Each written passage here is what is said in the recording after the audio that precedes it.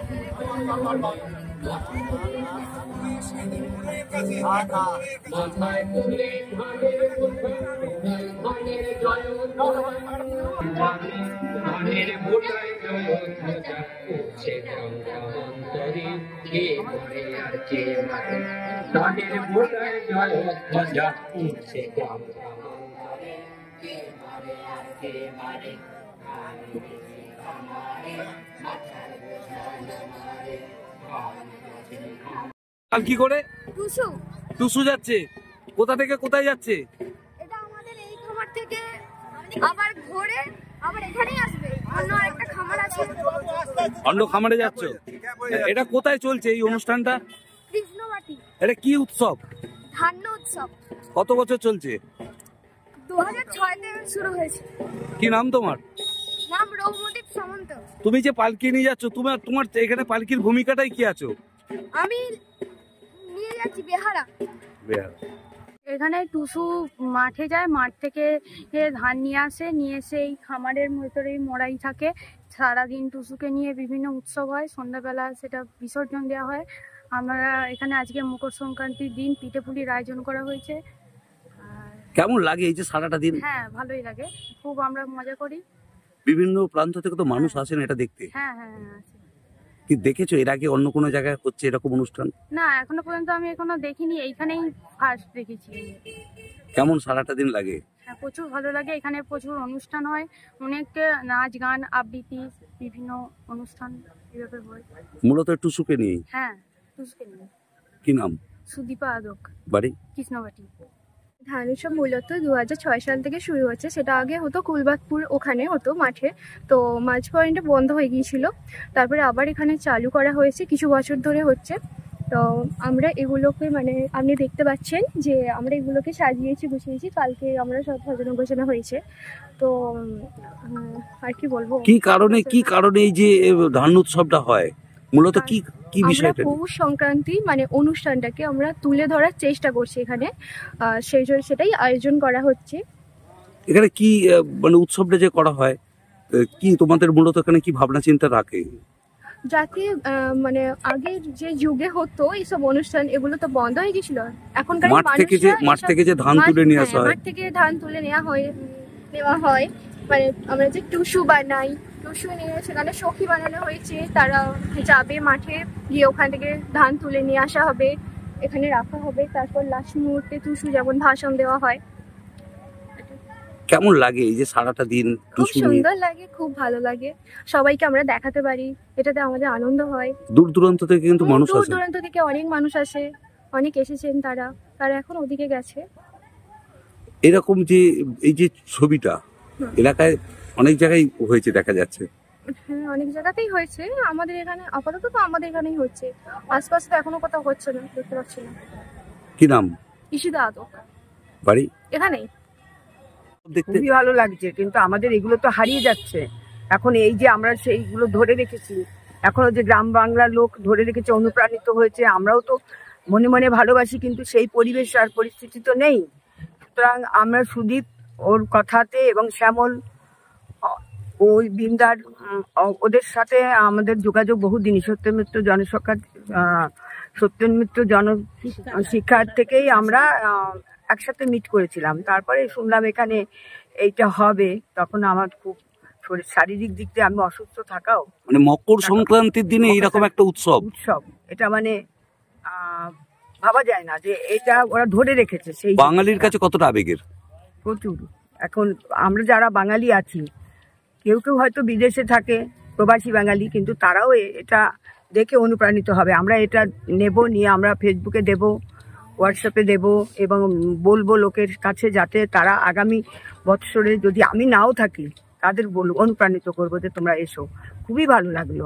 মূলত কি দেখলেন এসে এখানে? এখানে দেখলাম টুসু ধান রক্ষণাবেক্ষণ করেছে, তারপরে সেটা গোলায় তুলেছে, তারপরে কৃষকরা মাথায় করে ধান নিয়ে সেটাকে তুলেছে, মেয়েরা আনন্দে আত্মহারা হয়ে নাচ গান করছে, পিঠে পায়েস করছে, সবাইকে খাওয়াচ্ছে, নিজেরাও খাচ্ছে।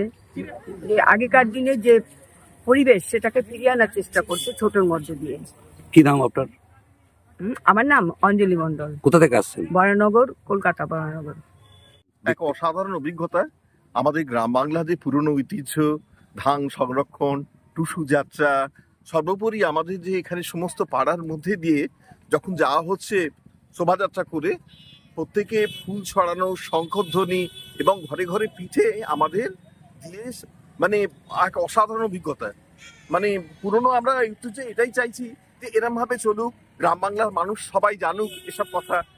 এত সুন্দর করে সবকিছু আমাদের প্রথম আদি পুরুষ থেকে চলে আসছে, এটা চলুক, আমরা সবসময় সঙ্গে আছি। আরো চাইবো যে সবাই এটা জানুক, সবাই উদ্বুদ্ধ হোক এতে। কোথা থেকে আসছেন? আমি সিঙ্গুর থেকে আসছি, চন্দন গাঙ্গুলি। উৎসবটা করা হয় মানে আমাদের দেশে যা প্রচলিত উৎসব আছে শয়ে বছর ধরে চলছে, তার বাইরে নতুন উৎসব সৃষ্টি প্রথম করেছিলেন রবীন্দ্রনাথ। শান্তিনিকেতনে আমরা দেখেছি বসন্ত উৎসব, বর্ষবরণ উৎসব, হলকর্ষণ উৎসব, বৃক্ষরোপণ উৎসব, নানা রকম উৎসব করেছেন রবীন্দ্রনাথ, এবং সেই উৎসবের জন্য সুনির্দিষ্ট গান আছে তার, সেই গানগুলিকে নিয়েই উৎসব হয়। সেই আইডিয়া থেকে রবীন্দ্রনাথের ওই ঐতিহ্যটাকে ধরে নিয়ে ধানকে কেন্দ্র করে আগে যত রকমের উৎসব হতো, নানা রকম উৎসব হয়, সেইগুলো এখন আর হয় না আর কি। কারণ এখন তো মাঠ খালি পড়ে থাকে না কখনো। এখন যেমন আমরা ধান উৎসব করছি, মাঠে আলু বসানো, ধান তো নেই। কিন্তু এটা সমাজের পরিবর্তনের সঙ্গে সঙ্গে হয়েছে। কিন্তু ধান্যোৎসবটা করার উদ্দেশ্য হচ্ছে যে ধানকে কেন্দ্র করে মানুষের আবেগ, মানুষের প্রাণ জড়িয়ে আছে এবং দীর্ঘ ইতিহাস জড়িয়ে আছে ধানকে কেন্দ্র করে। এই ধানটাকে চাষ করে সেটাকে তুলে নিয়ে খামারে পৌঁছানো, এটা একটা বৃহৎ লড়াইয়ের ব্যাপার। এই সমস্ত বিষয়টাকে নিয়ে আমরা বিষ্ণু বেরার কাছে এসেছিলাম যে নবান্নকে নিয়ে কোনো উৎসব করা যায় কিনা।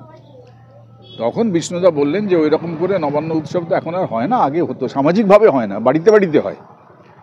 সেই জন্যে তখন একটা চেষ্টা হলো যে ধানকে কেন্দ্র করে বিভিন্ন রকমের যত উৎসব হয়েছে সেগুলোকে জুড়ে যদি একটা কোলাজ তৈরি করা যায়, এই আগ্রহ থেকে শুরু করে বিষ্ণুদা গ্রামকে হাতের তালুর মতো চেনেন, গ্রামের প্রতিটি নিঃশ্বাস বিষ্ণুদার পরিচিত।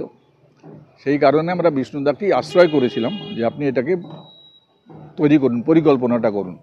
বিষ্ণুদাই এই সমস্ত গান লিখেছিলেন এবং কিভাবে এই পরিক্রমা যাবে, কি হবে না হবে, সমস্ত ব্যাপারটা বিষ্ণুদার পরিকল্পনা।